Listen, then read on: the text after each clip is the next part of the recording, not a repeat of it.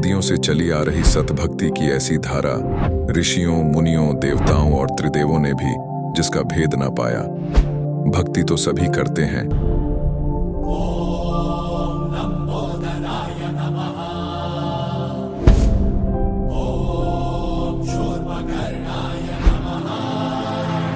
और हरदम यह सोच रहती है कि रहने के लिए आलीशान घर हो, घूमने के लिए बड़े बड़े पार्क हो, खाने पीने के लिए स्वादिष्ट भोजन हो, हम कभी बीमार ना हो, कभी दुखी ना हो और कभी भी ना मरे।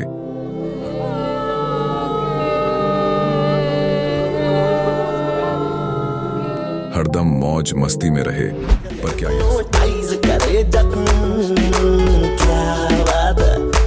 पर क्या यह संभव है?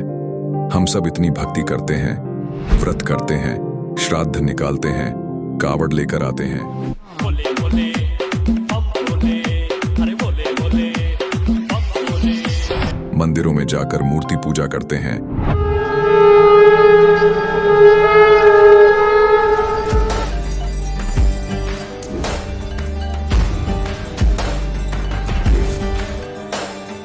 भानुकोटिभास्वरं भवाब्धितारकं परं नीलकण्ठमीप्सितार्थदायकं त्रिलोचनं कालकालमम्बुजाशमक्षशूलमक्षरम्। चर्च में जाकर प्रेयर करते हैं,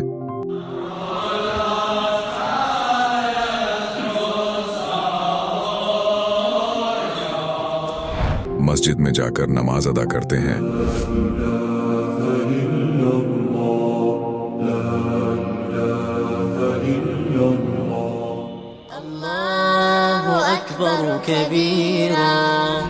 और गुरुद्वारों में जाकर माथा टेकते हैं,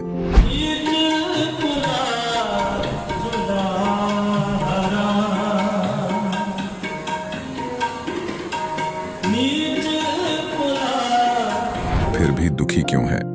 लेकिन क्या आप जानते हैं वो कौन सी भक्ति है? वो भक्ति जिसने मीरा को जहर से बचा लिया, ध्रुव और प्रहलाद की रक्षा की, अंधे को आंखें और बहरे को कान दिए, कोढ़ी को काया दी, दुखियों को सुखी जीवन दिया, मरने वाले को जीवन दान दिया और लाइलाज बीमारियों को दूर किया। जब संत रामपाल जी महाराज जी से दीक्षा ले ली थी, उसके बाद जब उनका कुछ विद इन मंथ कैंसर में राहत मिली। जैसे हम लोग परमात्मा का आदेश आया, हम लोग हॉस्पिटल गए और ऑपरेशन कराया। भगत जी 1 रुपया का भी दवाई माता जी को खाना नहीं पड़ा, और जो डॉक्टर कैंसर है बताते थे, वही डॉक्टर के मुख से हमने ये सुना भगत जी कि ये चमत्कार कैसे हो गया। तो हॉस्पिटल में दिखाया तो कैंसर घोषित कर दिया डॉक्टर ने यहाँ। तो फिर इसके इलाज के लिए घूमे, इलाज भी नहीं हुआ, तो फिर घर पे थक के बैठ गए। कैंसर के लिए जिंदल हॉस्पिटल में रहा, उसके बाद सपड़ा हॉस्पिटल में रहा, उसके बाद जयपुर को दिखाया, उसमें कोई इलाज नहीं हुआ। संत रामपाल जी महाराज जी ने चरणामृत प्रसाद दिया और आशीर्वाद दिया और भक्ति ज्ञान दिया, और उसके बाद मैं तंदुरुस्त हूँ। हर दिन में अपना सब कुछ खाता हूँ, मुझे कोई समस्या नहीं। मेरे को बीमारी ये थी सर कि ब्लड ट्यूब में मेरे को एक प्रकार का पस आ गया था और इन्फेक्शन हो गया था। उस इन्फेक्शन को डॉक्टर लोग वो कह रहे थे कि इसमें आपको ऑपरेशन करना पड़ेगा। आश्रम पहुंचने में परमात्मा का नामदान लिया और जो उन्होंने मुझे उपदेश दिया, उस उपदेश देने के बाद उन्होंने आशीर्वाद दिया। आशीर्वाद देने के बाद तत्क्षण में मेरा ये रोग वहीं के वहीं दर्द बिल्कुल ठीक हो गया। भक्ति सभी करते हैं, लेकिन उपरोक्त लाभ सिर्फ सतभक्ति से ही प्राप्त होते हैं। आज भी सतभक्ति करने वाले हजारों लाखों लोगों को शास्त्र अनुसार भक्ति का अद्भुत अनुभव प्राप्त हो रहा है। आइए जानते हैं ऐसे ही लाखों श्रद्धालुओं में से एक सतभक्ति करने वाले इस श्रद्धालु का अनुभव। नमस्कार सर। नमस्कार सर। सर क्या नाम है आपका? मेरा नाम राजेश कुमार नाग है। राजेश कुमार जी, आप कहाँ से हैं? मैं राजनांदगांव जिला छत्तीसगढ़ से हूँ। राजेश कुमार जी, संत रामपाल जी महाराज से नाम दीक्षा आपने कब ली? मैंने बंदी छोड़ सदगुरु रामपाल जी महाराज से नाम दीक्षा 30/3/2016 को लिया था। राजेश कुमार जी क्या करते हैं आप? मैं स्टेट गवर्नमेंट में छत्तीसगढ़ पुलिस में कांस्टेबल के पद पर पदस्थ हूँ, राजनांदगांव में। राजेश कुमार जी, संत रामपाल जी महाराज से नाम दीक्षा लेने से पहले आप कोई भक्ति साधना भी करते थे? जी भगत जी, मैं संत रामपाल जी महाराज से दीक्षा लेने से पहले मैं पारंपरिक पूजा करता था और भगवान ब्रह्मा विष्णु महेश की साधना किया करता था। नवरात्रि में दुर्गा जी की साधना किया करता था और मैं काफ़ी लंबे समय से गणपति जी की स्थापना करवाते आ रहा था भगत जी। लेकिन मुझको कोई लाभ नहीं मिला, तो मैं रामायण गीता और पुराण आदि पढ़ता रहता था, तो जिससे मुझे यह जानकारी हुई कि जीवन में गुरु बनाना बहुत आवश्यक है। तो मैंने जोधपुर राजस्थान वाले गुरुदेव पंथ के श्री नारायण दत्त श्रीमाली जी से नाम दीक्षा लेके रखा था। तो उनके बताए हुए साधना के द्वारा मैं जंत्र तंत्र मंत्र ऐसे करवाते थे वो, तो रात भर हवन करना और मंत्र जाप करना इत्यादि कर्म किया करते थे, मगर उनसे भी मुझको कोई लाभ नहीं मिला। और उनके यहाँ दीक्षा लेने से पहले मुझको पैसे भी लिए जाते थे और उनके 3 लड़के थे, तो तीनों जगह जगह पर जाके सत्संग किया करते थे और एक प्रकार से नाम दीक्षा लेने के लिए पैसा लेते थे। जैसे प्रथम नाम लेना है तो 1500, फिर उसके क्रियाक्रम थी कि दूसरा नाम देना है बगलामुखी दीक्षा और भामावती दीक्षा और लक्ष्मी प्राप्ति दीक्षा, ऐसे ऐसे दीक्षा लेने के अलग अलग दीक्षा के अलग अलग पैसे लेते थे, 3000, 7000, 10,000। तो इन्हीं सभी बातों कर देखकर मुझको इन पे आस्था शुद्ध हो गई मेरी और मैं इन गुरुओं से विमुख हो गया और उनकी साधना छोड़ के मैं पारंपरिक पूजा में फिर लग गया भगत जी। सर, जैसे कि आपने बताया कि आप इन सब को छोड़कर पारंपरिक पूजाएं करने लगे, तो फिर आप संत रामपाल जी महाराज की शरण में कैसे आए? संत रामपाल जी महाराज की शरण में मैं ऐसे आया भगत जी कि मैंने आपको बताया कि ये सब गुरु जी से एकदम नफ़रत हो गई थी मेरे को ऐसे करके। तो मेरे ससुर जी संत रामपाल जी महाराज से सन 2013 से जुड़े हुए थे, तो उनके बताए हुए भक्ति के अनुसार वह बताते ही थे कि बेटा ब्रह्मा विष्णु महेश से ऊपर की साधना है और दुर्गा जी हैं इनकी माता, इनके पिताजी हैं और ब्रह्म है, परब्रह्म है, परम अक्षर ब्रह्म है, ऐसे करके बताते थे वो। तो मैं उनकी बातों को ध्यान ना देकर बस अपने पूजा में लगा रहता था। लेकिन आगे चलकर जीवन में उतार चढ़ाव के कारण मेरे को ऐसी स्थिति में आ गया कि मेरे को ऐसे लगने लगा कि अब शायद यहाँ इतनी भक्ति करने के बावजूद भी इतना परेशानी है, तो शायद मामा जी बता रहे हैं तो शायद सही होगा करके मैं उन्हीं कोई साधना चैनल में सत्संग देखना चालू किया मैंने। तो हमारे मामा जी द्वारा ये बताया गया कि साधना चैनल देखा करो बेटा, उसमें गुरुजी बताते हैं ऐसा ऐसा ज्ञान है ऐसा करके। तो फिर मेरे द्वारा देखा जाने लगा। मैं तो ऐसी गुरुजी से ऐसी नफ़रत सी करने लगा था, क्योंकि सारे गुरुओं को एक ही तराजू में तौल रहा था मैं। तो फिर धीरे धीरे देखना चालू किया सर जी की साधना चैनल को। तो जैसे जैसे गुरुजी संत रामपाल जी महाराज बताते थे कि गीता में ऐसा लिखा है, पुराण में ऐसा लिखा है, कुरान में ऐसा लिखा है, ऐसा कर करके वो जैसा जैसा बताते थे, फिर मैं वो पुस्तक जो है मार्केट से ख़रीद के लाता था कि ये संत रामपाल जी महाराज जो बता रहे हैं वो सही बता रहे हैं कि ऐसा करके। तो मैं जैसे जैसे उनके बताए अनुसार फिर मैं गीता लिया, पुराण लिया, शिव पुराण लाया, मत्स्य पुराण लाया, देवी पुराण लाया, भगवती पुराण लाया, गरुड़ पुराण लेके लाया और सारे पुराण ला के उन सभी को मिलाता गया कि इसमें क्या क्या लिखा है ऐसे करके। तो एक दिन मैं मिलाते मिलाते एक सृष्टि रचना देखा जो संत रामपाल जी महाराज द्वारा बनाया गया है, एक सृष्टि रचना। और सृष्टि रचना देखने के बाद तो मैं संत रामपाल जी महाराज के श्री चरणों में लेट गया कि मालिक आप कहाँ थे और इतना अनमोल ज्ञान हमसे छुपा रहा, भगवान कौन है, देवता कौन है, इनकी बारे में जानकारी आज तक नहीं थी। तो उस सब को देखने के बाद मैं संत रामपाल जी महाराज की शरण में आ गया। सर, संत रामपाल जी महाराज की शरण में आने के बाद आपके क्या अनुभव रहे, क्या लाभ मिले आपको? सर जी, संत रामपाल जी महाराज की शरण में आने से सबसे बड़ा लाभ तो मुझे आध्यात्म की जानकारी हुई। हमको आज तक ये नहीं मालूम रहा कि भगवान कौन है। परमात्मा बंदी छोड़ सदगुरु रामपाल जी महाराज ने हमको इंद्र कौन है, कुबेर कौन है, इनकी स्थिति बताई, माता दुर्गा की स्थिति बताई, गणपति जी महाराज की स्थिति बताई, ब्रह्म कौन है, परब्रह्म कौन है और परम अक्षर ब्रह्म कौन है, इसके बारे में जानकारी दी। सर जी, सबसे बड़ा आध्यात्मिक लाभ मिला मुझको। और उसके बाद सर सांसारिक लाभ में मुझको यह लाभ मिला, मेरी यहाँ माता जी को कम से कम 30-40 वर्षों से भूत बाधा थी और उनका तबीयत हमेशा ही खराब रहता था। तबीयत खराब होने के वजह से उनको बहुत बड़े बड़े हॉस्पिटल में दिखाए। मेरे पिताजी सेंट्रल फोर्स में थे, तो उनकी पोस्टिंग अच्छी अच्छी जगह होने के कारण पूरे इंडिया भर में उनको दिखाया गया, लेकिन उनका कहीं भी तबीयत ठीक नहीं हो पाता था। बस उनको मरणासन की स्थिति में उनको घर लाया जाता था गांव गृह में, और वहाँ फिर झाड़े फूके लगवाने और बैगा करवाने, बलि देते थे मुर्गे बकरे, और रात को आकर सुई चुभोए टाइप के हमारे को आलपीन से चुभोते थे। रात्रि में आके सीने में बैठ जाते थे, गला दबाना, हाथ पकड़ना इत्यादि। इतना भूतों से त्रस्त हो गए थे जिसकी कोई हद नहीं है। बहुत ज़्यादा हम लोग भूत बाधा से परेशान थे। फिर मैं संत रामपाल जी महाराज से 2016 में दीक्षा ले लिया था।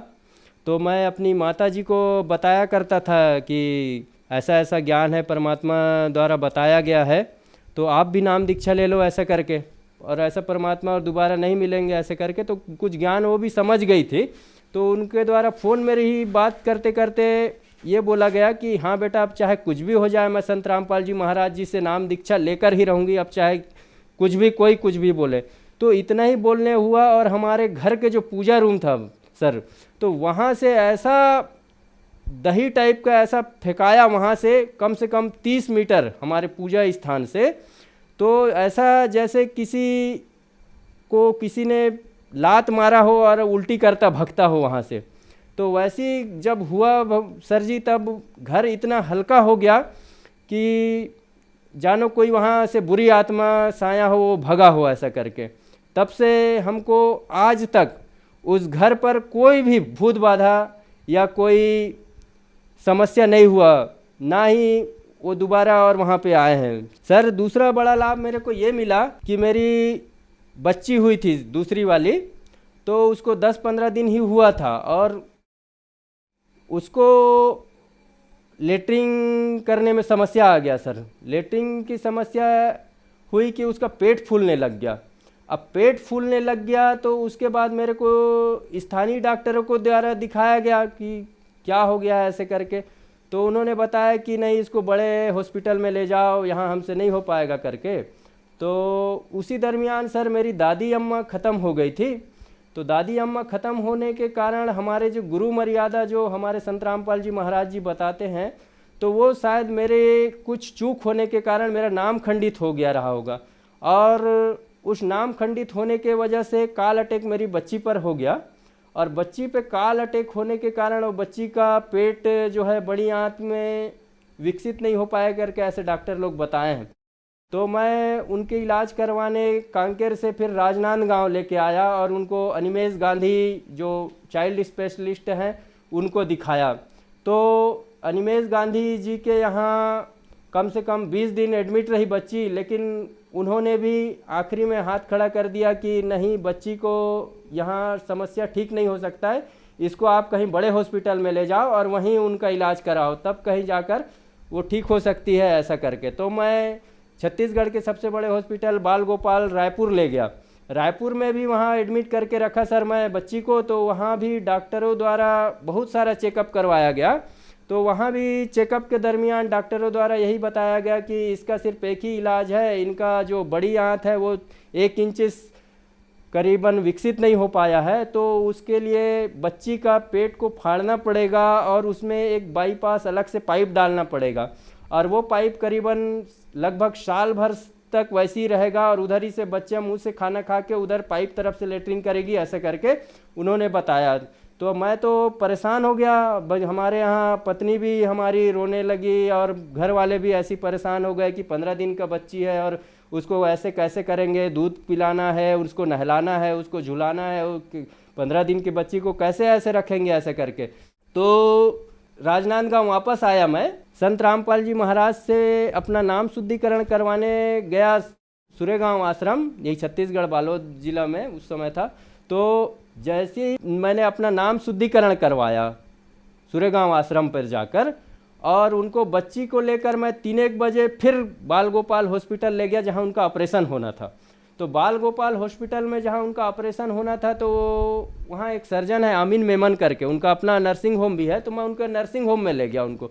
तो मैं बोला सर ये बच्ची को ले आया हूँ ऑपरेशन कराने के लिए। तो डॉक्टर द्वारा बोला गया कि चलो ठीक है, ले आया है तो इनको एडमिट कर देते हैं। तो लेकिन एडमिट करने से पहले थोड़ा सा देख लेते हैं करके, वो जैसे ही डॉक्टर ने बच्ची को उठाया और अपने जो उनका खाट रहता है उन पर लिटा के उनको चेप करने लगे, तो बच्ची द्वारा एकदम से लेटरिंग कर दिया गया वहीं पे। तो डॉक्टर थोड़ा सा हैरान हो गए, बोले कि अरे यार ये तो लेटरिंग कर रहा है ऐसे करके। तो फिर बोले कि और थोड़ा सा और देख लेता हूँ ऐसे करके, तो फिर दोबारा से उन्होंने लेटरिंग कर दिया बच्ची ने। तो डॉक्टर बोलते हैं यार ये तो ठीक है, इनको क्यों लाए हो ऐसे करके, ये तो ठीक है लग रहा है। अब जब अगर नहीं होगा तो दोबारा ऑपरेशन की स्थिति होगी तो ऑपरेशन करेंगे, लेकिन अभी इसको घर ले जा रहो, अगर नहीं करेगी तब दोबारा लाना, तब ऑपरेशन की सोचेंगे, अभी आप इनको घर ले जाओ ऐसे करके डॉक्टर द्वारा बोला गया। तो हम लोग बच्ची को सर ले आए वापस घर, और उसके बाद से सर जी हम लोग बच्ची को 1 रुपए की भी दवा नहीं खिलाए। बच्ची मस्त हेल्दी है, 3 टाइम खाना खाती है, 2-3 टाइम लेटरिंग जाती है, और बंदी छोड़ की दया से बिल्कुल स्वस्थ है। आज डॉक्टर ने ऑपरेशन के लिए बोला था। ये जो रिपोर्ट है ये मेरी बेबी का जो बड़ी आंत होती है वो विकसित नहीं हो पाया था, तो उसके बारे में यहाँ पूरा डॉक्टर द्वारा बताया गया था कि ये इस पोर्शन पे 1 इंच विकसित नहीं हो पाया है ऐसे करके, ऑपरेशन करना ही इसका एक इलाज है ऐसे करके बताए थे। लेकिन परमात्मा बंदी छोड़ संत रामपाल जी महाराज की दया से सब ठीक हो गया। बिना ऑपरेशन के ही मेरी बच्ची का तबीयत एकदम ठीक हो गया। संत रामपाल जी महाराज जी से दीक्षा लेने के उपरांत हमारे पिताजी को भी बहुत लाभ हुआ। हमारे पिताजी को हाई बीपी हुआ करता था, हाई शुगर हुआ करता था। बीपी तो इतना हुआ करता था कि इलेक्ट्रॉनिक जो मशीन है वो काम ही नहीं करती थी, जो मैनुअल वाली होती है उसमें बीपी नपवाते थे, इतना ज़्यादा बीपी होता था। जब भी हम उनको किसी डॉक्टर के पास ले जाते थे तो डॉक्टर लोग बोलते थे कि अरे ये जिंदा कैसा है, ये खड़ा कैसा है ऐसे करके, इसको पकड़ो, इसको दवाई वाई खिलाओ ऐसे करके, उनको एडमिट करो, ऐसे ही बोला जाता था। तो जब से उन्होंने नाम दीक्षा लिया है तब से उनका बीपी और शुगर भी कंट्रोल रहते हैं, और परमात्मा जी से अभी बहुत बढ़िया दीक्षा लेकर भक्ति कर रहे हैं। संत रामपाल जी महाराज बताते हैं कि परमात्मा चाहे जो चाहे कर दे, परमात्मा वो कुछ भी कर सकते हैं इस दुनिया में। तो मेरे को वही याद आया कि परमात्मा तो सब चीज़ करने वाले हैं, वही जानी जान है और वो सब कुछ कर सकते हैं। सर जैसे कि आपने बताया आपने कोई गुरु राजस्थान में बनाए, तो आपने बताया कि वहाँ अलग अलग दीक्षा के अलग अलग पैसे लिए जाते थे। तो जब आप संत रामपाल जी महाराज की शरण में आए, उनसे नाम दीक्षा ली, तो क्या संत रामपाल जी महाराज के पास भी आपने ऐसा पाया कि अलग अलग दीक्षा के अलग अलग पैसे दिए हों आपने?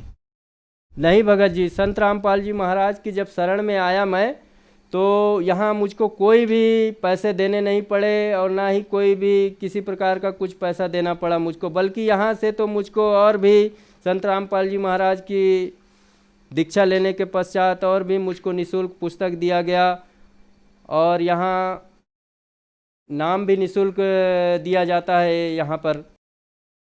सर संत रामपाल जी महाराज से नाम दीक्षा कैसे ली जा सकती है?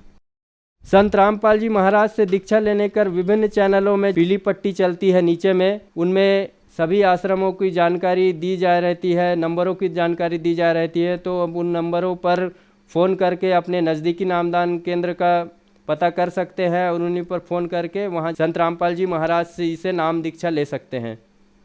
राजेश जी, हमारे चैनल पे अपने अनुभव बताने के लिए आपका बहुत बहुत धन्यवाद।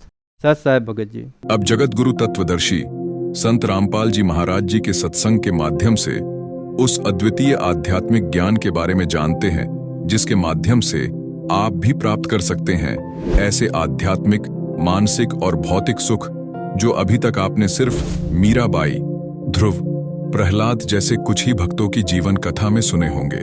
अब सुनिए तत्वदर्शी संत के संग शास्त्र अनुकूल भक्ति सत्संग, ऐसा अद्वितीय आध्यात्मिक ज्ञान जिसका है सर्वधर्मों के पवित्र शास्त्रों में प्रमाण।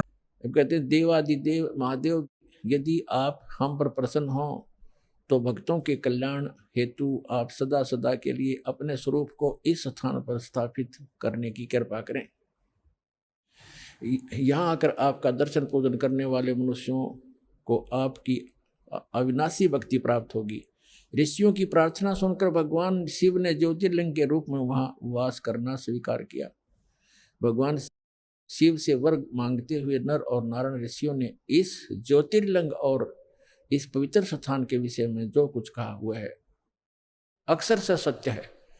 इस ज्योतिर्लिंग के दर्शन पूजन तथा या स्नान दान करने से भक्तों अब हम 19 पृष्ठ पर आगे हिमालय तीर्थ के लौकिक फलों की प्राप्ति के साथ साथ अचल शिव भक्ति और साथ ही मोक्ष की प्राप्ति भी सहज हो जाती है।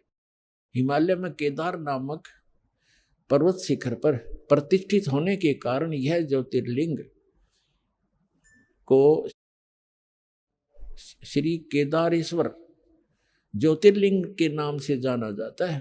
केदार शब्द का शाब्दिक अर्थ ऐसे स्थान से होता है जहाँ दलदल एवं अति मात्रा में पानी हो। अब केदार क्षेत्र में यही स्थिति है, क्योंकि भगवान शंकर जलधारा प्रिय हैं। नर और नारायण ऋषियों के पश्चात अन्य ऋषि मुनि व भक्तों द्वारा यह ज्योतिर्लिंग पूजित रहा। तत्पश्चात महाभारत काल में पांडव गोत्र हत्या अर्थात महाभारत युद्ध में अपने भाई बंधुओं आदि की हत्या के पाप से मुक्ति हेतु यहाँ पर देवादिदेव महादेव की आराधना की गई। ये काल क्या करता है, कैसे छल किया उसने, उनके अंदर यह प्रेरणा भर दी, क्योंकि इसके रिमोट में है कि आप यहाँ स्थापित हों। उसने एक पत्थर धर दिया, लिंग पत्थर का टुकड़ा, कि इसने पूज लिया करियो। काल कह रहा मैं ऐसे भ्रमित करूंगा इन सभी को। और इसमें यह भी प्रमाण दिया है कि वहां उसके दर्शन करने जाने वालों को लौकिक भी लाभ होगा इस लोक का, और उनके जो है उनको मोक्ष भी सहज प्राप्ति हो जाएगी। अब ये 15-20 हजार ने तो होगी मोक्ष प्राप्ति, वो मर गए बेचारे दब के दलदल में। तो पुण्यात्मा अब भी इतने जबरदस्त ठोकर लगी है मानव के, अब भी आंखें नहीं खुलेंगी तो आपने भांग घनी पी रखी है काल की। परमात्मा कहते हैं कबीर ये माया अटपटी सब गठान अड़ी, और किस किस को समझाऊं या कुएं भांग पड़ी। अब उसके बाद क्या बताते हैं कि और भी वहां पूज्य स्थान है, कि एक समय जैसे काल ने गीता ज्ञान देते समय श्री कृष्ण में प्रवेश करके कहा था कि अर्जुन तेरे दोनों हाथों में लड्डू, यदि युद्ध में मारा गया तो स्वर्ग जाएगा, और यदि युद्ध में जीत गया तो पृथ्वी का राज भोगेगा, आनंद करेगा, और तुझे कोई पाप नहीं लगेगा। मैंने सब मार रखे हैं, तू हो युद्ध के लिए खड़ा। उसको डरा धमका भयंकर रूप दिखा, तैयार कर लिया युद्ध के लिए। जब सारा महाभारत का नाश हो लिया, 18 करोड़ व्यक्ति मर गए लड़के कट के, और फिर युधिष्ठिर को बुरे बुरे सोपन दिखाई देने लगे। फिर श्री कृष्ण जी के उनके धार्मिक गुरु भी थे। दूसरे अध्याय के 7वें श्लोक में अर्जुन स्वयं स्वीकार करता, आप हमारे गुरु हो, मैं आपकी शरण हूं, हमें जो ज्ञान यथार्थ ज्ञान हो वही बताइएगा। अब से जब श्री कृष्ण जी के अंदर काल नहीं था, जब दोबारा उनसे समाधान पूछने गए कि भाई कोई ऐसी क्यों, भाई की स्थिति क्यों होगी ऐसी, तब उन्होंने बताया कि तुमने जो महाभारत में, श्री कृष्ण जी ने बताया कि जो तुमने महाभारत में बंदूकघात किए थे, सेना मारी थी, वो दुख वो पाप तुम्हें दुखी कर रहा, उसके लिए यज्ञ करो। और वो सारा कुछ कर लिया। फिर क्या कहा, जब श्री कृष्ण जी की भी मृत्यु होगी और अर्जुन उसे एक तीर मार दिया था एक शिकारी ने भगवान श्री कृष्ण के पैर में, तब ये सभी पांडव वहां गए। तब श्री कृष्ण जी ने कहा कि तुम मेरे शिष्य हो और मेरे रिलेटिव भी हो, मेरी एक बात सुन लेना, कि तुम सभी जाकर के हिमालय में जाकर गल जाना, वहां तपस्या करना, जब तक अंत ना हो तुम्हारे शरीर का, तुम्हारे पाप नाश हो जाएंगे जो तुमने महाभारत में किए थे, बंदूकघात किया था। तब अर्जुन के मन में शंका आई कि पहले तो जब गीता ज्ञान दे रहे थे भगवान, आप कह रहे थे आपको कोई पाप नहीं लगेगा। फिर दूसरी बार जब हम भाई के समाधान के लिए आपके पास आए थे, इनको भयंकर सौपन आते हैं, सिर कटे हुए धड़ दिखाई देते हैं, हाहाकार मची दिखाई देती है, इसको सौपन में ये दुखी होकर बैठ जाता है। तब आपने कहा था कि आपके ऊपर महाभारत में किए उन हत्याओं का पाप है, यज्ञ करो, हमने यज्ञ भी कर दी। आज फिर आप कह रहे हो कि आपके ऊपर बंदूकघात का वो पाप है, हिमालय में जाकर के तपस्या करके गल मरो। भगवान आपने ये क्या किया हमारे साथ। तब श्री कृष्ण जी ने कहा कि अर्जुन, ये सुख संवेद में लिखा है कि मुझे नहीं मालूम मैंने गीता ज्ञान देते समय क्या कहा था, लेकिन अब मैं जो बता रहा हूं ये करना पड़ेगा तुम्हें, और कोई विकल्प नहीं। इतना कह के प्राण त्याग गए। राज को अपने पोते को देकर परीक्षित को वो सारे के सारे वहां पहुंच गए जहां दास कथा दिखाने चाहता है। परमात्मा कहते हैं सूक्ष्म वेद में कि पांचों पांडव गले हिमालय और 18 सोनी खा गया काल। 18 सोनी को खा गया काल। अरे पांचों पांडव गड़े हिमालय, वहां जाके गड़ में रेवत है, और उन खा गया काल, पाप इनके सिर पर धर दिया और देखा कि जाके फिर इनका और नाश करवा दिया। वो क्या करवाया अब पढ़ के सुनाता हूं। ये हम पढ़ रहे हैं हिमालय तीर्थ पुस्तक। ये हिमालय तीर्थ पुस्तक इसके 18 पृष्ठ पर हम पढ़ रहे हैं। आगे क्या किया थोड़ा मौखिक बता देता हूं, पहले मौखिक बताता हूं। ये क्या है ये प्रकरण, पहले मौखिक सुनाऊंगा, आसानी से समझ में आएगा जो पढ़ा जाएगा। इसमें क्या कहा है कि एक समय जब ये पांचों पांडव और द्रौपदी सहित वहां और कुंती सहित हिमालय में तपस्या कर रहे थे, तो क्या किया कि ये भगवान शिव आगे एक दूध वाली भैंस का रूप बना के, और भीम ने देखा क्या अच्छी मोटी लेवटी वाली भैंस है और दूध वाली होगी, इसने पकड़ लिया हूं, दूध दाद पी लिया करेंगे। वो उसकी तरफ भागा तो वो काल समा गया पृथ्वी में।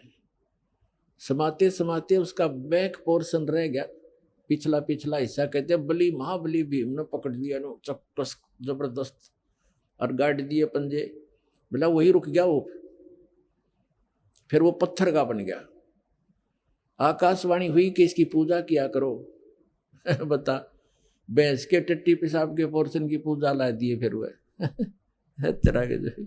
अब दिखाता हूं आपको, ये देखिएगा, ये हिमालय तीर्थ पुस्तक हम पढ़ रहे हैं और यहां हम 19 पृष्ठ पर आ गए। अब इसके हिमालय तीर्थ और 19 पृष्ठ पे हम यहां पढ़ते पढ़ते आ चुके थे। नर और नारायण ऋषि, यहां क्या लिखा है, इस ज्योतिर्लिंग के दर्शन पूजन तथा यहाँ स्नान दान करने से भक्तों के लौकिक फलों की प्राप्ति होती है। लौकिक फलों की प्राप्ति के साथ साथ जो अचल शिव भक्ति और साथ ही मोक्ष की प्राप्ति भी सहज हो जाती है। जैसे आई भोगी 20,000 लगभग 15,000 20,000 जैसे टीवी पर आ रहा था, और व्यक्ति वहाँ केदारनाथ मंदिर के आसपास मर गए, उसके हजारों तो उसके मंदिर के अंदर ही मर गए और उसके परिसर में मंदिर का पता नहीं। एक वो शिवलिंग खड़ा है नो के बस उसको छू कर पानी उतर गया। अच्छा वो शिवलिंग तो बच गया और बाकी सारे मर गए जो पुजारी थे। तो क्या कहते हैं कि वहाँ जाने वालों को मोक्ष भी सहज में प्राप्त हो जाता है और लौकिक सुख भी होते हैं। फिर गीता के ज्ञान देने की क्या आवश्यकता थी, गीता पढ़ने की क्या आवश्यकता थी, फिर वेदों की क्या आवश्यकता थी। अगर वहाँ ऐसे जाने से मोक्ष हो जाता है तो बहुत आसान। नहीं तो ये भ्रमित, ये फैलाया हुआ जाल है काल का। इसने पहले कहा था कि ऐसे भरमा दूंगा देवल देव और पाषाण पुजाऊं, यह विद जीवों को भरमाऊं। जाओ जोग जीत संसारा जीव न माने, कहा तुम्हारा जीव तुम्हारा कहा न माने। और हमारी ओढ़ हो बात बखाने, हमारे संज्ञान के आधार से वो एडवोकेट बन जाएंगे, वकील बनेंगे मेरे, और तुम्हारे साथ विवाद किया करेंगे, तुम झूठ बोलते हो। तो परमात्मा ने कहा था एक बार वो टाइम आने दे मेरा, और बिजली पीढ़ी की जो ठीक मन रखी है उसने ठीक ना आने दे, फिर देखूंगा तेरे सारे ज्ञान और तेरे सारे समाधान फेल कर दूंगा, अपने बच्चों को अपना ज्ञान समझाऊंगा। अब जो दास आपको समझाना चाहता है, अब आगे इसमें एक और क्या पूज्य है वहां पर वो दिखाता हूं। ये देखिएगा हिमालय तीर्थ 19 पृष्ठ पे हम पुस्तक पे आ गए हैं। ये क्या बताते हैं, इसी प्रसंग में पुराणों में एक कथा आती है, हम यहां फिर से पढ़ते हैं। तत्पश्चात महाभारत काल में पांडवों द्वारा गोत्र हत्या अर्थात महाभारत युद्ध में अपने भाई बंधुओं आदि की हत्या के पाप से मुक्ति हेतु यहाँ पर देवादिदेव महादेव की आराधना की पांडवों द्वारा की गई। इसी प्रसंग में पुराणों में एक कथा आती है। भगवान वेदव्यास जी की आज्ञा से पांडव केदार क्षेत्र में आए। भगवान महिष यानी भैंस का रूप धारण करके केदार अंचल में घूमन फिरन लग गया, विचरण करने लगे। भीम ने भगवान शिव को मायावी महिष के रूप में पहचान लिया। अब ये तो लेखक की अपनी चतुरता है, उसने तन्नू देखा था कि अच्छा मोटा लेवा है और दूध बढ़िया देगी, इसने पकड़ दिया भाग के। वो गया था भैंस पकड़न और वो बन गया उसके सिर का दर्द। ये देखो, भीम ने भगवान शिव को मायावी महिष भैंस के रूप में पहचान लिया। वे ऐसा जानकर भगवान शिव महिष रूप में पृथ्वी में समा ही रहे थे कि महाबली भीम ने दौड़कर उनका पिछला भाग पकड़ दिया। पांडवों की भक्ति से एवं विश्वास को देखकर भगवान शिव ने उन्हें साक्षात दर्शन दिए। आ गया काल प्रकट हो गया फिर। और गोत्र हत्या गुरु हत्या पाप के फलस्वरूप प्रायश्चित के रूप में भीम द्वारा पकड़े गए पृष्ठभाग की पूजा अर्चना का आदेश देकर वहां से अंतर्ध्यान हो गए। पृष्ठभाग ने शिला रूप धारण किया, पत्थर बन गई फिर वो पिछला भाग जो पांडवों द्वारा पूजित हुआ वह तब से आज तक पूजित है। पुण्यात्मा देखो, अब ये है वो एक केदारोन्मत यो भी है जो भैंस की पिछला टिट्टी पेशाब का पोर्शन बाकी रह गया, वो पत्थर बन गया और काल आ गया शिव रूप धारण करके और कहा कि इसने पूजा करियो थारे सारे पाप कट जाएंगे। ये कट गए पाप, वहाँ हो गया नाश। ऐसा दुख हो रहा है दास को। अब ये केदार कैसे बने थोड़ा ये दिखाते हैं, देखिए। आज तक पूजित है। भीम द्वारा पकड़े गए पृष्ठ भाग को पूजा अर्चना का आदेश देकर वही अंतर्ध्यान हो गए। पृष्ठ भाग उस भैंस का पिछला हिस्सा टट्टी पेशाब का पोर्शन ने शिला रूप धारण कर किया जो पांडवों द्वारा पूजित हुआ और वह तब से आज तक पूजित है। महिष का अगर भाग नेपाल में जाकर प्रकट हुआ जो पशुपति नाथ के नाम से विख्यात हुआ। अब बताओ, अब नेपाल में भी ये कर गया काम, अगला हिस्सा मुंह वहां दिखा दिया, कहते वहां निकल कर प्रकट हो गया और वहां कह दिया भाई ऐसे पांडवों को मिलो। उन्होंने फिर बताया कि यहाँ ऐसे समाये थे और नेपाल में निकले वहां जाकर वो शर वहां पत्थर हो गया।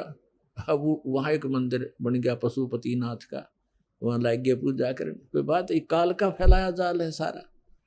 नेपाल के अंदर जो जाते हैं श्रद्धालु पूजने के लिए, ये भी वही काल का जाल है। आगे देखो, वो पशुपति नाथ से विख्यात हुआ नेपाल में।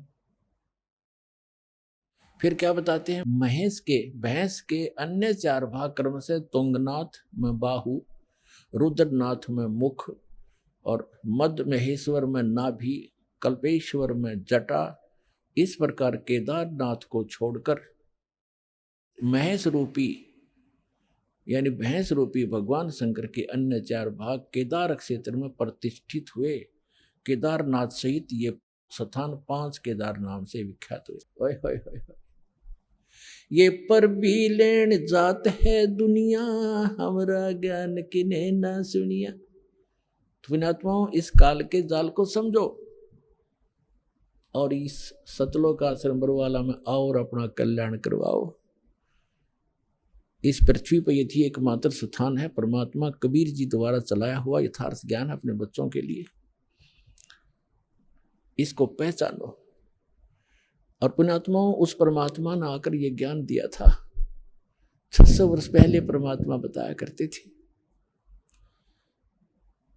और क्या कहा करते थे, धर्मदास ये जग बोराना, कोई न जाने पद निर्वाणा। ये पूरा विश्व भ्रमित है और किसी को भी मोक्ष मार्ग का ज्ञान नहीं। यही कारण मैं कथा पसारा, जग से कोई एक राम नियारा। यही कथा तुम जग जीव सुनाओ, सब जीवों का भरम नसाओ। अब मैं तुमसे कहूं चिताई, तेरे देवन की उत्पत्ति भाई। ज्ञानी सुने सो हृदय लगाई, मूर्ख सुने तो गम नहीं पाई। परमात्मा कहता है कि मैं जो कथा तुम्हें सुना रहा हूं तो लिख रहा है, लिखते जाना, सुनते भी रहना। और इस कथा को तू आगे संसार में बताना और सब जीवों के भ्रम का नाश करना। तो पुण्यात्मा, सौभाग्य आपका। आप जी को परमात्मा का ये मार्ग उस समय में मिल रहा है जो परमात्मा ने ये प्रकट करना था। और धन्य है आपके माता पिता जिससे आपका जन्म हुआ। वो माता पिता आपका अपने बच्चों को यहाँ लेकर आते हैं, ये आपके सच्चे माता पिता हैं। और आज जो आप अपने बच्चों को, माता पिता को, भाई बहनों को कितना प्यार करते हो, तो ये प्यार तो आपका रह नहीं सकता यदि उस गलत साधना में लगे रहे। तो इस साधना से आप सत भक्ति करोगे और भले ही आप धीरे धीरे यहाँ से चलते जाओगे, शरीर छोड़ छोड़ जाओगे, तो सतलोक में पहुँचोगे। वहाँ जाकर के जैसे परिवार आपका यहाँ बन गया, ऐसे धीरे धीरे ऐसे ही वहाँ बन जाएगा। और फिर वो इतने बच्चे प्यारे लगा करेंगे, इससे भी अच्छे लगेंगे। वहाँ इतना सुंदर शरीर होगा, अच्छा व्यवहार होगा, शिष्टाचार न्यारा है, वहाँ कोई किसी चीज का भाव नहीं। अब तो कितना ही प्यारा बेटा और बेटी हो, बेटी को तो पिता ब्याह के पढ़ाई करके छोड़ेगा क्योंकि यहाँ का नियम है, फिर अपनी कहाँ हुई। और बेटा कितना ही प्यारा है, जब वो युवा हो जाएगा उसको कहेगा बेटा अपना काम कर। जब वो काम नहीं करेगा तो दुश्मन दिखाई देगा, क्यों कर कभी ना खाता। तो प्यार भी रुड़ता फिर अपना। और 6 महीने बालक बीमार हो जा, 1 वर्ष बेटा बीमार हो जा, बेटी हो जा, माता पिता खुद कहने लग जाते हैं भगवान इसकी माटी संगवा ले, घना दुखी हो गया। दुखी तो वो खुद होते हैं पर कहना पड़ता है ना, यो घना दुखी हो रहा है। इसी प्रकार माता पिता 6 महीने दुखी हो जा, दरंग मार जाए, टट्टी पेशाब दौड़ना पड़ जाए, तो बेटा बेटी तो जल्दी, पुत्र वो दूर, बेटा तो जल्दी हाथ खड़े कराया करे। तो ये प्यार यहाँ का नकली है भाई, सथाई नहीं है। ठीक है, ममता और ये शिष्टाचार यहाँ भी हमने बनाए रखना पड़ेगा। और इस भक्ति से फिर आपको ऐसे अटैक नहीं होंगे। अधर्म पैरालिसिस भी हमने देखा, यहाँ नाम लेने के बाद कईयों का क्रम अड़ गया, पैरालिसिस हो गया और तीसरे दिन चालन लग गए। बताओ, वो दुख भी टाल दिया भगवान ने। तो ये ऐसे सुख देगा, आप यहाँ भी सुखी रहोगे और सतलोक में सदा अमर स्थान पाओगे। परमात्मा कहते हैं, गरीबदास जी ने कहा कि सतगुरु आए दया करी, ऐसे दीन दयाले, बंदी छोड़ वृत्तास का, जठ अग्नि प्रतिपाले। अमर करूं, खुद कहते हैं भगवान, अमर करूं सतलोक ले जाऊं, ताते बंदी छोड़ कहाऊं। बंदी छोड़ हमारा नामम, अजर अमर हमारा अस्थिर ठामम। हमारा अजर अमर स्थान है। ए स्वामी सृष्टा में सृष्टि हमार तीरे, दास गरीब अदर रहूं, अवगत सत कबीर। भजन करो उस रब को, जो दाता है कुल सबे का। उस परमात्मा की भक्ति करो पुण्यात्माओं, और समझा है तो सर धर पाओ, बहुर नहीं रे ऐसा दाओ। बोलो सतगुरुदेव।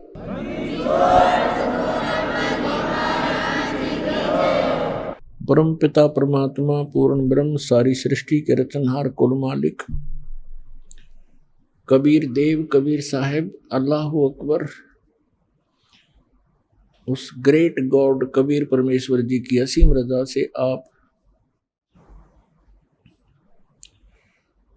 सभी पुण्यात्माएं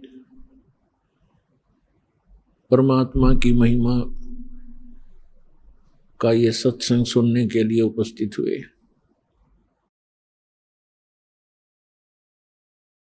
आप बहुत ही विशेष आत्माएं हैं, विशेष प्रिय परमात्मा के बच्चे हो, जो आपको ये ज्ञान अच्छा लग रहा है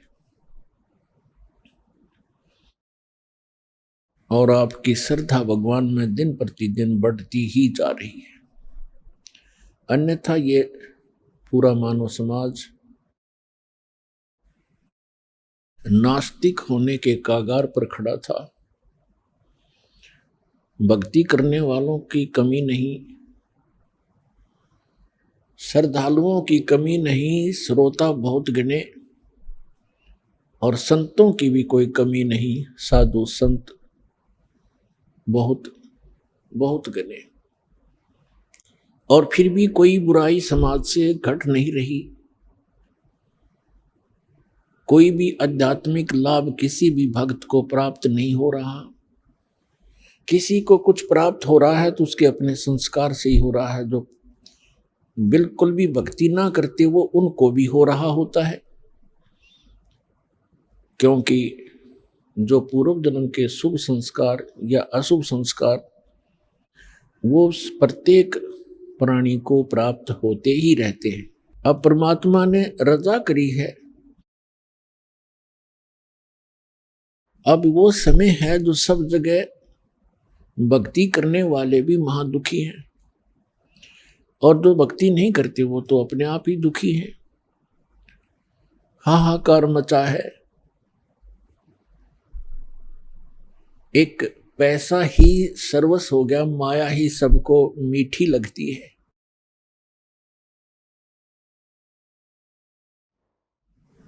इसका कारण क्या है? हमें अध्यात्म ज्ञान नहीं रहा। हम देखा देखी और लोक वेद के आधार से गलतियों पर गलती करके अपने कर्म बिगाड़ रहे हैं। तो परमात्मा दया करते हैं, स्वयं आते हैं अपनी प्यारी आत्माओं को ये यथार्थ ज्ञान प्रदान करने के लिए। ये समागम जो सत्संग चल रहा है ये उसी उपलक्ष्य में है कि वो परमात्मा हमारे पिता, हमारे हमदर्द, सर्व पाप नाशक, सर्व सुखकारी, मंगलकारी, पाप हरण करने वाले हमारे जनक, हमारे पिता, ये परमात्मा हैं। और इसलिए ये हमारे को यहाँ सद्मार्ग दर्शन करने के लिए आते हैं। और काल भगवान जिसके लोक में हम रह रहे हैं, इसका पूरा प्रयत्न होता है कि ये सभी प्राणी परमात्मा से परिचित ना होकर के दंत कथा लोकवेद सुनते रहें, भक्ति करें या तो करें नहीं, विकार खूब करते रहें, और करें तो शास्त्र विधि त्याग का मनमाना आचरण करें, जिससे उनको कोई लाभ होना नहीं। और कुछ दिनों में उनकी आस्था भगवान से अपने आप हट जाती है। जैसे बहुत से ऐसे प्रमाण यहाँ आ रहे हैं, बहुत से उदाहरण हैं कि जो पहले अन्य संतों के पास उपदेशी थे, वहाँ कोई 30 वर्ष, कोई 20 वर्ष, कोई 40 वर्ष अपनी साधना समय व्यतीत करके और सर्वस्व लुटा करके, घर में भी बहुत हानि उठा करके, जन हानि भी उठा करके अब यहाँ आ रहे हैं। अब यदि उनको ये मार्ग ना मिलता और यहाँ उनको कुछ लाभ ना मिलता तो वो नास्तिक हो जाते पक्के। और काल यही चाहता है कि ये ऐसी भक्ति करें जिससे इनको कोई आध्यात्मिक लाभ ना हो, यानी परमात्मा की तरफ से कोई लाभ इनको महसूस ना हो, और ये कुछ दिनों में भक्ति साधना त्याग दे और मेरे जाल में फंसे ही रहे। और वो परमात्मा दयालु आते हैं, उस परमात्मा का प्रयत्न होता है कि मेरी आत्माओं में परमात्मा की चाह, उसकी कसक और उसके गुण समाये रहें। और वो कब तक? इस बीचली पीढ़ी तक, जो सन 1997 में 5505 वर्ष कलयुग बीत चुका है। यहां तक परमात्मा ने आपको ये भक्ति की आस्था बना के भगवान में आपकी आस्था बनाए रखकर यहाँ लाना था, इस समय तक लाना था। इसलिए वो परमात्मा चारों युगों में आते हैं। क्या बताते हैं? सतयुग में सत सुकृत कह टेरा, त्रेता नाम मुनींद्र मेरा, द्वापर में करुणा में कहाया, कलयुग नाम कबीर धराया। चारों युग में मेरे संत पुकारे, कूक कहा हम हेल रे, हीरे माणिक मोती बरसे, ये जग चुगता डेल रे। परमात्मा कबीर साहब जो सत्य पुरुष हैं, सारी सृष्टि के रचनहार हैं, ये वही परमात्मा हैं जो बनारस नगरी में, काशी शहर में सन 1398 संवत 1455 ज्येष्ठ सुदी पूर्णमासी को सुबह ब्रह्म मुहूर्त में सतलोक से चलकर आए थे लहर तारा नामक सरोवर में कमल के फूल के ऊपर आकर नवजात शिशु का रूप धारण करके विराजमान हुई थी। वहां से नीरू नीमा नाम के जो दुल्हा दंपति थे, पति पत्नी थे, वो निसंतान थे और उनको उठाकर घर ले गए। परमात्मा की परवरिश की लीला कंवारी गायों से हुई, कबीर सागर में प्रमाण है। और वेद भी यही बताते हैं, ऋग्वेद मंडल नंबर 9 सूक्त 1 मंत्र 9 में यही प्रमाण है कि वो परमात्मा से स्वरूप धार कर जब आते हैं, वो लीला करते हैं, उसमें उनके परवरिश की लीला कंवारी गायों द्वारा होती है। तो ये परमात्मा वही है जो सारी सृष्टि के रचनहार हैं, जिसका सब सदग्रंथ गुणगान करते हैं। और आंखों देखा जिन महापुरुषों ने, उन्होंने भी इसी परमेश्वर कबीर जी की महिमा का ही गुणगान किया। और ये वही परमात्मा है, सारी सृष्टि का रचनहार है। इसके विषय में जिन महापुरुषों को परमात्मा प्राप्त हुए, जिन्होंने परमात्मा का वो निज धाम देखा, लोक देखा, सतलोक देखा, जहां हम सभी रहा करते थे, उन्होंने फिर अपनी अमृत वाणी में बोला और बताया, हम सुल्तानी नानक तारे दादू को उपदेश दिया, जात जुलाहा भेद न पाया, ये काशी में कबीर हुआ। अनंत कोटि ब्रह्मांड का एक रति नहीं भार, सतगुरु पुरुष कबीर हैं कुल के सिरजनहारे।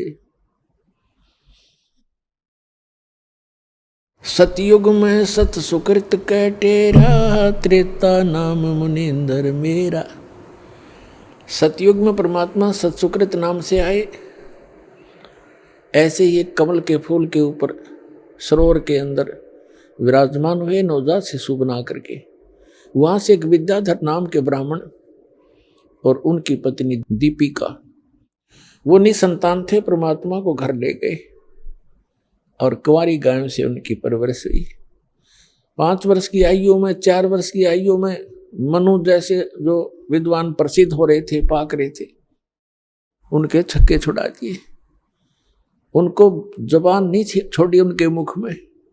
और एक ही प्रश्न परमात्मा किया करते थे, कौन ब्रह्मा का पिता है, कौन विष्णु की मां, शंकर का दादा कौन है, ऋषि जी मोहे बता। उनके पास कोई उत्तर नहीं था। उल्टा परमात्मा के साथ ही वो बेहुदा व्यवहार करने लग जाते थे। ये झूठा है, ये कपटी है, ये पता नहीं कहाँ किस जाति का है।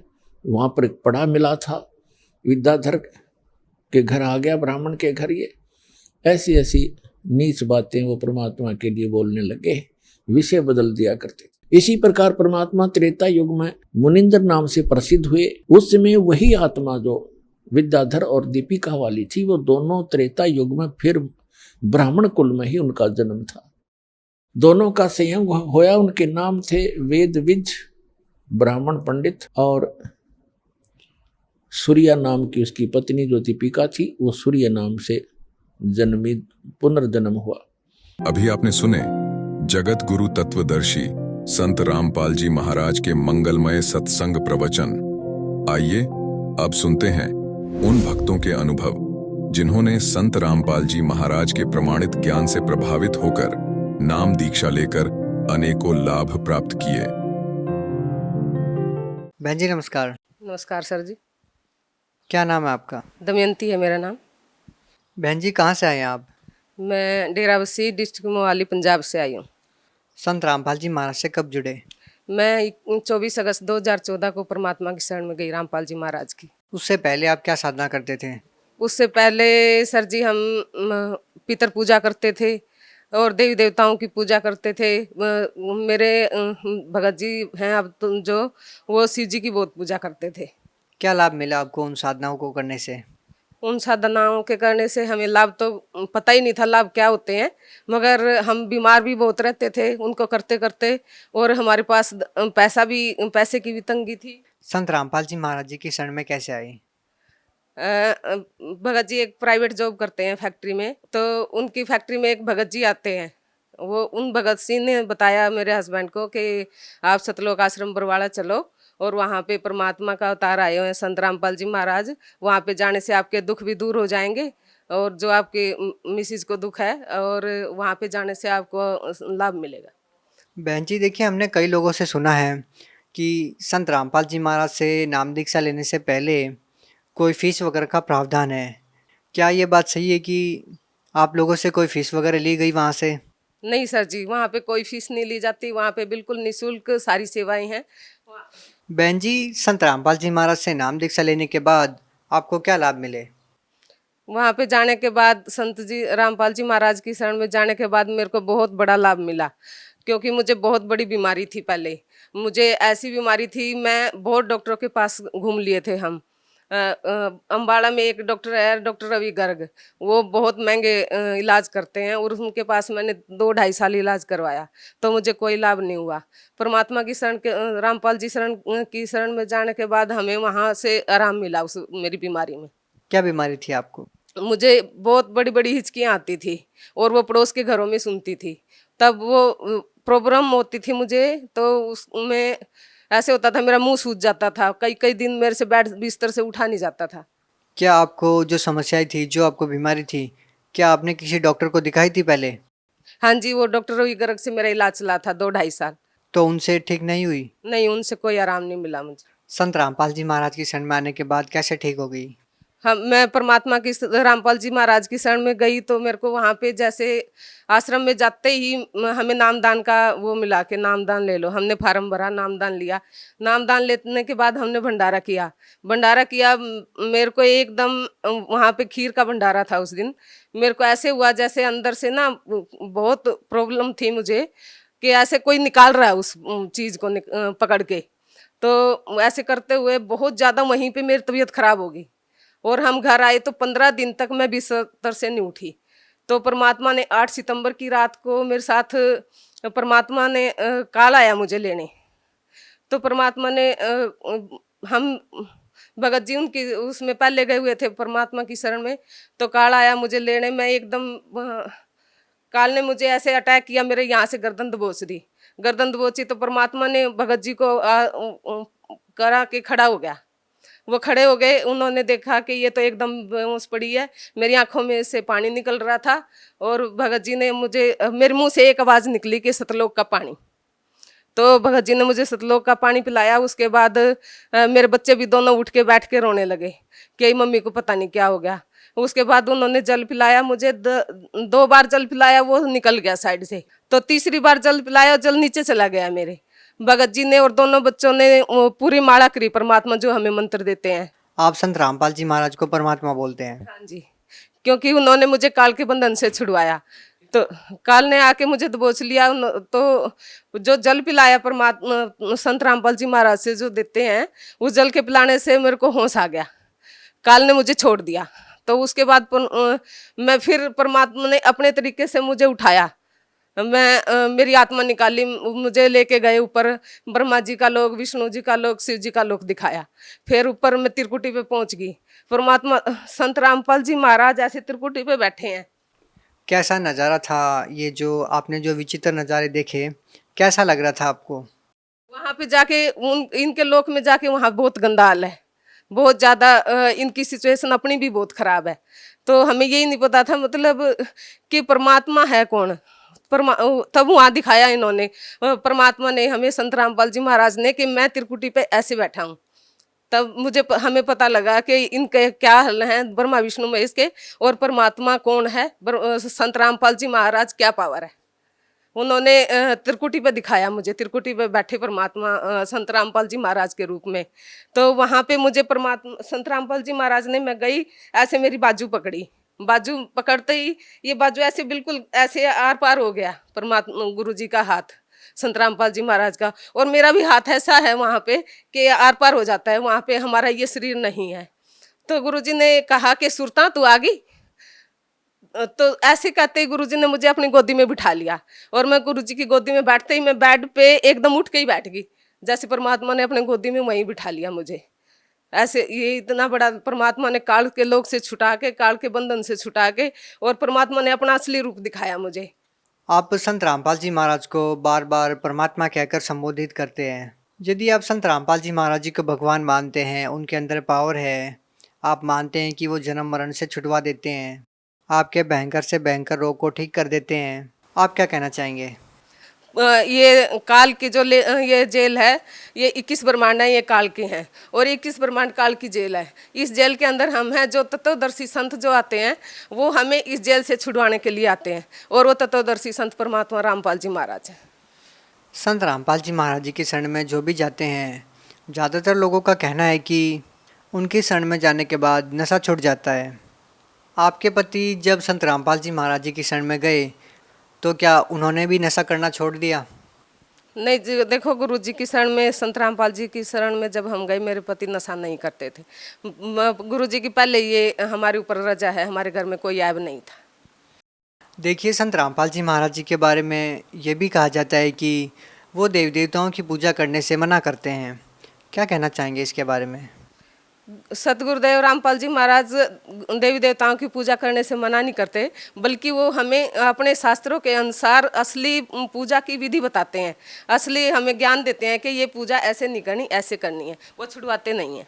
देखिए, आप एक महिलाएं हैं, निश्चित तौर पे आपने संत रामपाल जी महाराज से नाम दीक्षा लेने से पहले व्रत किए होंगे, आपने भी पितर पूजा की होंगी। अब आप शायद पितर पूजा व्रत नहीं करते, क्यों? आखिर क्या कारण है? देखो सर जी, हमने पितर पूजा बहुत की, और 23-24 साल तक हम शाकुंभरी माता है एक त्रिलोकपुर में, हमारी कुल देवी है, तो वहाँ भी हम बहुत जाते रहे। उसके बावजूद भी मेरे पति को भी इतनी बड़ी बीमारी थी, उनको भी ऐसे लगता था जैसे कोई मेरे प्राण निकाल देगा अभी, और मेरे को भी ये इतनी बड़ी बीमारी थी जिसका हमें इलाज नहीं मिला। हम बहुत भटके, तो हमें संत रामपाल जी महाराज की शरण में आने के बाद ये इलाज मिला, तो हम व्रत और पितर पूजा क्यों करें। संत रामपाल जी महाराज से अभी भी लाखों लोग जुड़ रहे हैं। कैसे, क्या प्रोसेस है? यदि कोई श्रद्धालु उनसे नाम दीक्षा लेना चाहे तो, उनसे जुड़ना चाहे तो? उनसे जुड़ने, परमात्मा संत रामपाल जी महाराज से जुड़ने के एक तो गुरु जी ने जगह जगह कोऑर्डिनेटर खोले हुए हैं, और वहाँ पे नामदान ले सकते हैं, और सत्संग आता है, उसके नीचे फ़ोन नंबर आते हैं दिए हुए, वहाँ पे SMS कर सकते हैं। ज्ञान गंगा पुस्तक का भी लेने का वहाँ पे इंतज़ाम है, उसको ले सकते हैं, और उन नंबरों पे आप कॉन्टैक्ट करके नाम ले सकते हैं। ऐसी आपको क्या बातें बताई, क्या उनके आदर्श हैं जो अन्य संतों में आपको नज़र नहीं आते? ऐसी क्या चीज़ें हैं जो संत रामपाल जी महाराज को अन्य संतों से अलग करती है? संत रामपाल जी महाराज एक समाज सुधार में इतना बड़ा योगदान करते हैं। जो भगत, जो भाई इतने बीड़ी गुटखे पान शराब तम्बाकू खाते हैं, वो संत रामपाल जी महाराज की शरण में जाने से छूट जाते हैं, और कैंसर तक की बीमारियां संत रामपाल जी महाराज की शरण में जाने से ठीक हो जाती हैं। और परमात्मा संत रामपाल जी महाराज शास्त्रों के अनुसार हमें भक्ति बताते हैं, गीता वेद पुराण इनके अनुसार भक्ति बताते हैं। वो हम देखते हैं ऐसे टीवी पे ऐसे अक्सर दिखा के बताते हैं। लिखा समाज है, हम शास्त्रों के बारे में पता नहीं था।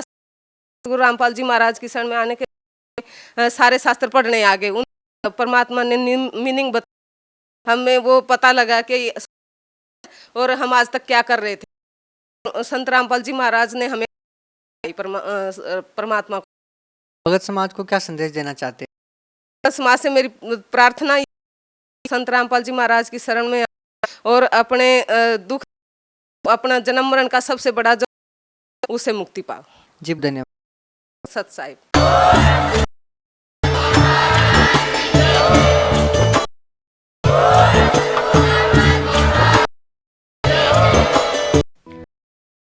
थे जगत गुरु तत्वदर्शी संत रामपाल जी महाराज। अधिक जानकारी के लिए संपर्क